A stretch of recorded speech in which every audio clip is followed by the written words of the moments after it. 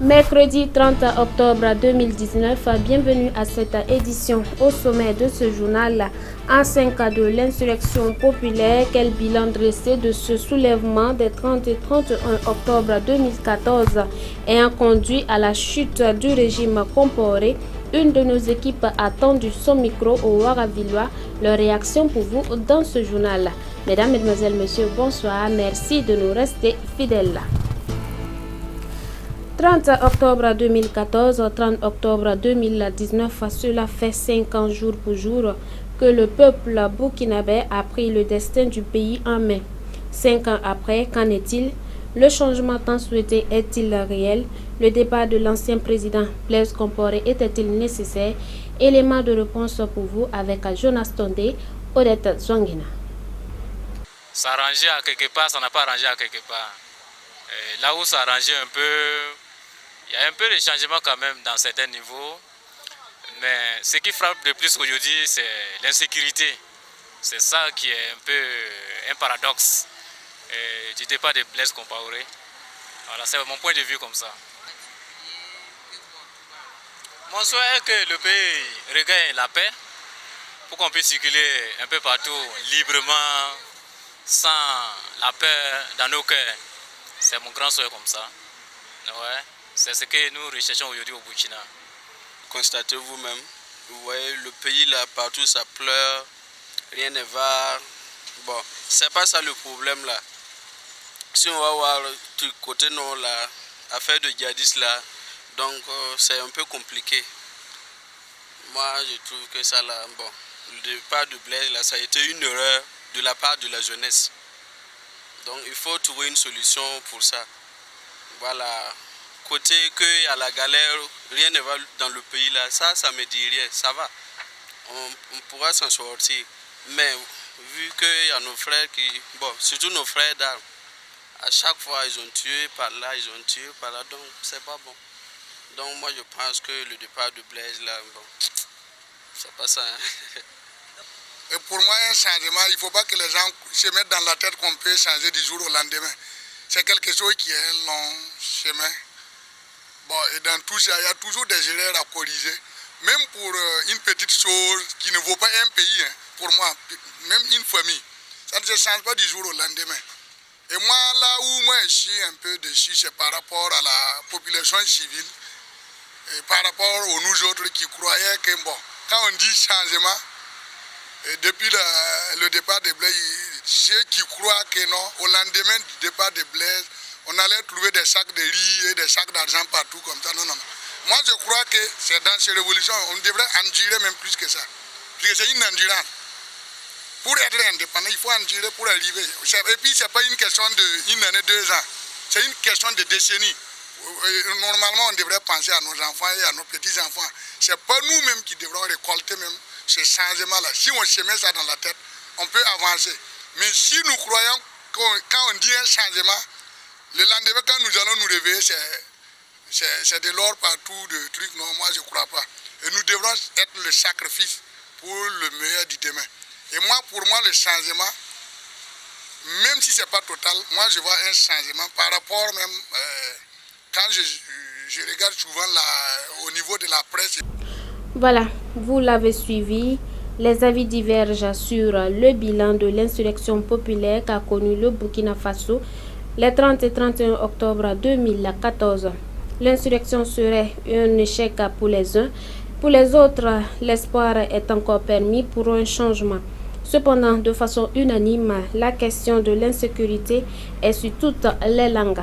Vivement donc un retour à la sécurité au pays des hommes intègres, et ce, peu importe le régime en place. Dieu bénisse le Burkina Faso. Autre sujet dans cette édition, le premier responsable de la commune de Ouagadougou a effectué une tournée d'inspection des travaux de construction et de bitumage en exécution dans sa commune. Moïse Kinda nous en dit plus. Le maire central de la commune de Ouagadougou, Arma Bewende, entouré de ses techniciens, ont visité vendredi 25 octobre 2019 les travaux de construction des gares routières à Ouaga Inter et la gare de l'Ouest route de Bobo Dioulasso. Il a aussi visité les différents chantiers de bitumage de quelques voiries de la ville de Ouagadougou, dont les travaux ont été lancés il y a de cela 4 mois, dans le cadre du projet de développement des quartiers périphériques de Ouagadougou. Sur le site de reconstruction de la gare routière à Ouaga Inter, première étape de la visite dont les travaux sont exécutés par l'entreprise Sogea Satom, le taux d'avancement est de 60%. Au début, c'était surtout la libération des emprises, parce que vous n'êtes pas sans ignorer que c'était une gare qui existait. On avait déjà des transporteurs. Ça a pris un peu de temps pour que les transporteurs se déplacent, mais présentement, on n'a pas vraiment de difficulté dans la mise en œuvre des travaux. Les travaux de la voirie principale qui quitte la route nationale numéro 4 et qui va sur la route de Fada et traverse les arrondissements 10 et 11 pour rejoindre la route de Pau. À ce niveau, les travaux enregistrent un grand retard. La délégation s'est rendue par la suite à l'arrondissement 4 pour constater l'état d'avancement du bitumage de la rue Jean-Baptiste Ouedraogo dans sa continuation vers Toudou-Bouégo. Un chantier qui enregistre également un retard dans l'exécution. La première difficulté à laquelle les entreprises sont confrontées, c'est d'abord le déplacement des réseaux des concessionnaires. Que ce soit avec l'ONEA, que ce soit avec l'ONATEL ou la SONABEL, vous savez que sous le sol, il y a beaucoup de réseaux enterrés qu'il faut à tout moment déplacer pour pouvoir faire donc de la voirie urbaine. Et sur ces chantiers, nous sommes à 25 km de voirie à aménager dans la ville de Ouagadougou, ce que vous avez visité ce matin, plus 2 gares routières. Il y a énormément donc de contraintes de réseau à résoudre pour pouvoir donc permettre l'exécution des travaux. Et cela veut dire qu'il faut que entre les entreprises, la commune de Ouagadougou et les concessionnaires, on puisse s'accorder sur les devis. Parce que les concessionnaires font des devis, il faut qu'on accorde parce que c'est nous qui payons pour les déplacements. Et tout ceci, au jour d'aujourd'hui, est réglé et c'est une difficulté qui est presque levée pour permettre donc d'accélérer les travaux. La deuxième contrainte que nous avons, c'est le déplacement des personnes qui ont occupé de façon anarchique donc, les emprises des travaux. Vous savez que les voies de Ouagadougou sont assez occupées par des kiosques, des commerces et même des habitations dans la zone non lotie que nous avons visitée au niveau de l'arrondissement 10, que vous avez vu, et qu'il est nécessaire donc de déplacer pour pouvoir donc exécuter ces travaux-là. Et ce n'est jamais facile donc de déplacer des gens qui s'installent dans un endroit pour faire le petit commerce ou y habiter. Donc ça fait beaucoup de discussions. Mais au jour d'aujourd'hui, je pense que cette contrainte également est levée. Comme je dis toujours, sur les chantiers de ville, nous allons appliquer la tolérance zéro. C'est-à-dire que les engagements qui sont pris doivent être respectés. Mais vu que c'est le début du chantier, bon, nous estimons que c'est un retard qu'ils peuvent rattraper. Parce que les entreprises qui ont été sélectionnées, nous sommes convaincus que ce sont tous des entreprises qui ont des références et qui sont des professionnels. Il n'y a pas de raison qu'ils aient réussi des chantiers beaucoup plus costauds que cela et qu'ils viennent trébucher sur le nôtre. Donc, mais nous avons attiré leur attention quand même sur notre vigilance par rapport à la bonne exécution de ces chantiers.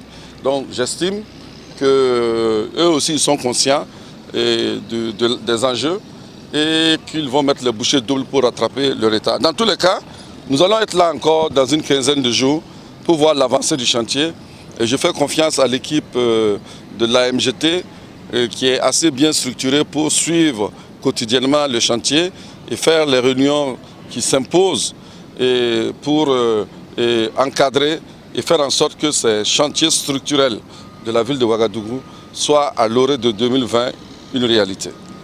Tout en appréciant le niveau d'avancement des travaux, le premier responsable de la commune de Ouagadougou a invité les entreprises à travailler avec célérité pour livrer ces ouvrages de qualité dans les meilleurs délais. Dans l'actualité hors de chez nous, des pluies torrentielles se sont abattues sur l'état de Kogi, au centre du Nigeria, permettant à plus d'une centaine de détenus d'une prison de s'échapper selon le porte-parole des services correctionnels du pays. Une centaine de détenus se sont évadés d'une prison après de fortes pluies dans l'état de Kogi, au centre du Nigeria. Selon un responsable des services pénitentiaires nigérians, les fortes pluies ont causé des dégâts à la prison de Kotonkarf, en provoquant l'affaissement des murs environnants. Les cellules des détenus ont été immergées et certains d'entre eux sont sortis de force pour ne pas se noyer, a-t-il ajouté. Les États centraux de Benue, de Kogi et de Taraba sont particulièrement touchés par les inondations. Les pluies détruisent les récoltes et obligent des dizaines de milliers de personnes à quitter leur foyer, selon l'Agence nationale de gestion des urgences. Plus de 40 villages de l'État d'Adamawa, dans le nord-est du Nigeria, ont été totalement détruits par les eaux ces derniers jours.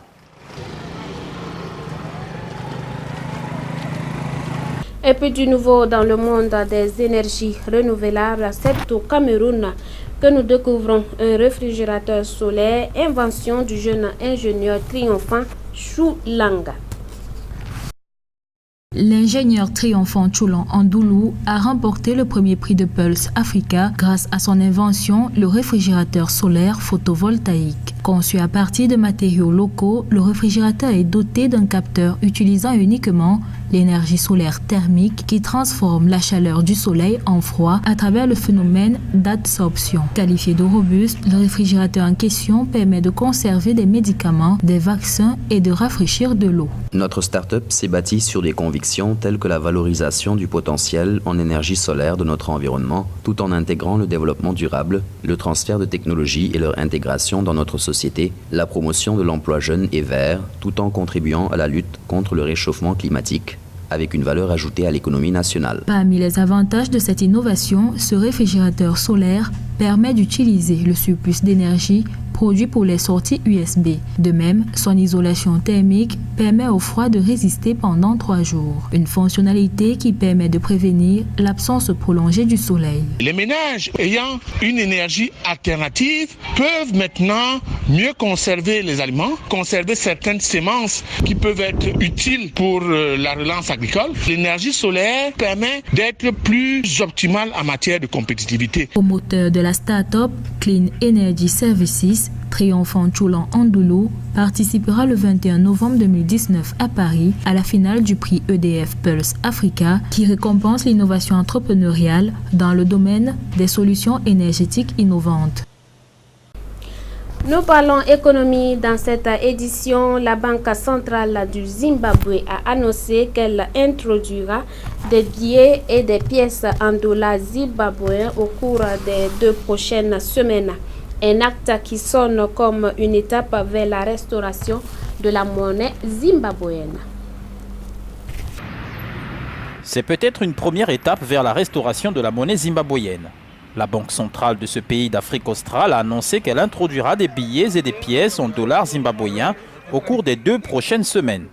Le gouverneur de la Banque centrale, John Mangoudia, a déclaré mardi que la nouvelle monnaie, qui consiste en des pièces de 5 et 2 dollars, sera introduite progressivement pour éviter les risques liés à l'hyperinflation. La monnaie circulera parallèlement aux billets et pièces en obligation introduits en 2016 comme substitut du dollar américain que le pays utilisait à la place de sa propre monnaie. Le Zimbabwe est aux prises avec la pire crise économique depuis une décennie. Le pays a connu des pénuries de devises, de carburant et de médicaments, une inflation à 3 chiffres et des fréquentes coupures de courant de 18 heures. Protection des animaux. Avant de refermer cette édition, de la viande de girafe a été mise en vente en Tanzanie et au Kenya. Des bouchers affirmeraient qu'il s'agirait de la viande de bœuf. Le braconnage représente un vrai danger pour les girafes, animaux en voie de disparition. De la viande de girafe dans les assiettes. Au Kenya et en Tanzanie, plusieurs boucheries ont vendu la viande de ce mammifère comme étant du bœuf. Une fraude révélée par une association africaine de protection des animaux sauvages. Le braconnage représente un vrai danger. Ce commerce nuit tellement aux girafes. Si on observe les statistiques, on voit que nous perdons quotidiennement des girafes. Et leur croissance démographique est très lente. Il y a environ 3 à 5 girafes qui sont braconnées par mois. Et le taux de naissance est très bas. Bien sûr, les menaces qui pèsent sur leur habitat naturel les touchent également. Dans un futur proche, il pourrait ne plus avoir de girafes qui arpentent les zones de conservation comme elles le font aujourd'hui.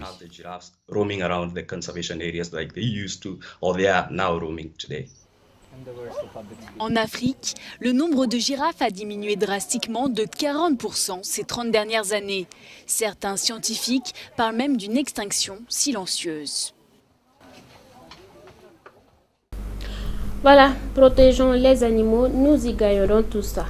Ainsi s'achève cette édition. Merci de nous avoir suivis. Toute l'équipe de production se joint à moi pour vous souhaiter excellente soirée sur Canal Vimpera. Bonsoir chez vous.